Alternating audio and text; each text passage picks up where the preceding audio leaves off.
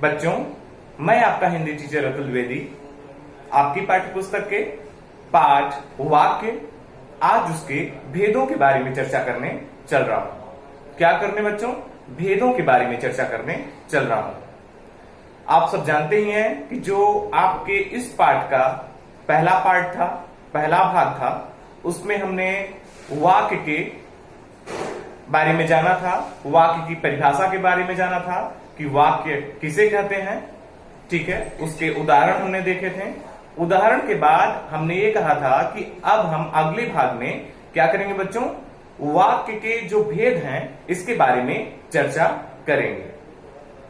तो आइए वाक्य के भेदों के बारे में चर्चा करें। इसके पहले हम एक बार फिर से वाक्य की परिभाषा देख लेते हैं कि वाक्य की परिभाषा क्या है या वाक्य कहते किसे हैं। तो वाक्य की परिभाषा है बच्चों कि किसी के भाव या विचार को पूरी तरह से प्रकट करने में जो सक्षम शब्द हैं उन्हीं को हम क्या कहते हैं बच्चों? उन्हीं को हम वाक्य कहते हैं। क्या कहते हैं? वाक्य कहते हैं। हमने परिभाषा या इसके जो उदाहरण हैं इसको भी हमने देखा था। अब आइए हम क्या देखते हैं? वाक्य के भेदों के बारे में चर्चा करते हैं। तो यहां पे है वाक्य के भेद। वाक्य के दो भेद यहां पे बताए गए हैं। कितने भेद बच्चों? आपकी पाठ्य पुस्तक के अनुसार वाक्य के दो भेद हुए। पहला है उद्देश्य और दूसरा है विधेय। ठीक है बच्चों, इसका मतलब क्या है कि वाक्य के दो भेद हुए, पहला उद्देश्य और दूसरा जो है वह विधेय। तो आइए हम पहले उद्देश्य के बारे में जानकारी प्राप्त करेंगे कि आखिर उद्देश्य किसे कहते हैं। उद्देश्य की परिभाषा जानते हैं तो इसमें यह है कि वाक्य में जिसके विषय में कुछ कहा जाता है, वाक्य में जिसके विषय में कुछ कहा जाता है उसे उद्देश्य कहते हैं। क्या कहते हैं बच्चों? उद्देश्य कहते हैं। अब आप फिर से एक बार परिभाषा को समझने का प्रयास करें कि वाक्य में जिसके विषय में कुछ कहा जाता है, मतलब जब कोई वाक्य हो और जिसके विषय में वह कुछ कहा जा रहा है उसी को हम क्या कहेंगे? उद्देश्य कहेंगे। आइए उदाहरण देख लेते हैं। श्याम खाना खाता है। हम इस उदाहरण देखेंगे कि श्याम खाना खाता है। आप सब जानते ही हैं यह वाक्य है। वाक्य कैसे हुआ? किसी के भाव या विचार को पूरी तरह से प्रकट करने वाले सार्थक शब्दों के समूह को हम वाक्य कहते हैं।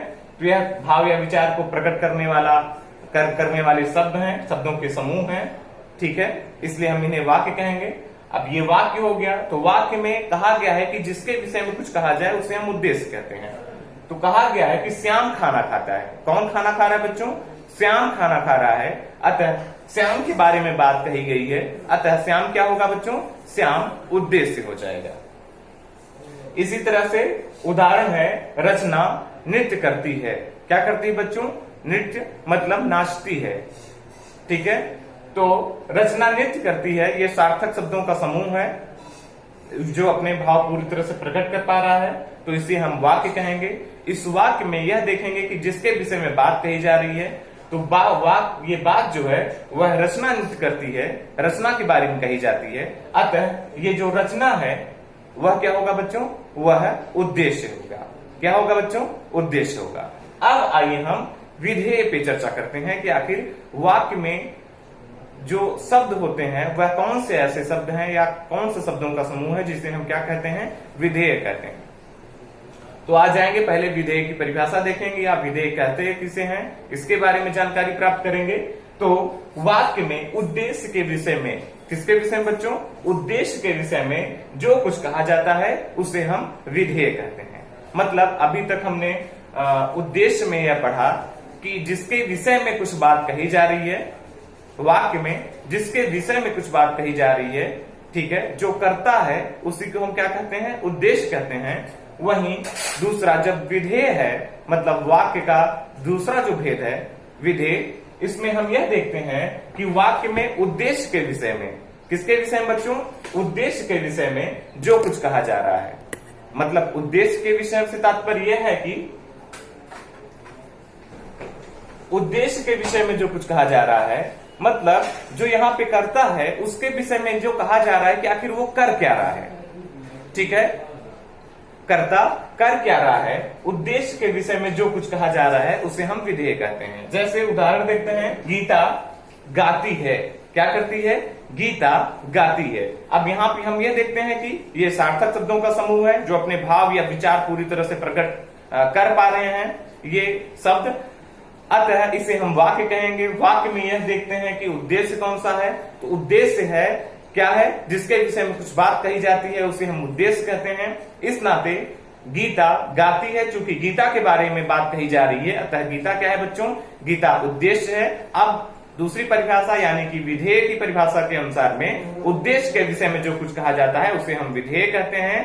तो गीता यहाँ पे उद्देश्य है और उद्देश्य के विषय में जो कहा जाता है उसे हम विधेय कहते हैं। तो गीता क्या कर रही है? गीता के विषय में कहा जा रहा है कि गीता गाती है, अतः गाती है क्या हो जाएगा? विधेय हो जाएगा। ठीक है बच्चों, एक अन्य उदाहरण है, श्याम विद्यालय जाता है। तो श्याम विद्यालय जाता है भी एक सार्थक शब्दों का समूह है जो अपने भाव या विचार पूरी तरह से प्रकट कर पा रहा है, अतः हम इसे क्या कहेंगे? वाक्य कहेंगे।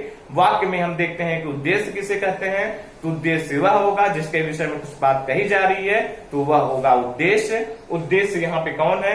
श्याम विद्यालय जाता है, मतलब श्याम के बारे में बात कही जा रही है, अतः श्याम उद्देश्य हो जाएगा। विधेय की परिभाषा के अनुसार में उद्देश्य के विषय में जो कुछ कहा जाता है उसे हम विधेय कहते हैं। तो चूंकि उद्देश्य यहाँ पे श्याम है इस उदाहरण में, अतः श्याम के विषय में जो कुछ कहा जा रहा है वह विधेय होगा।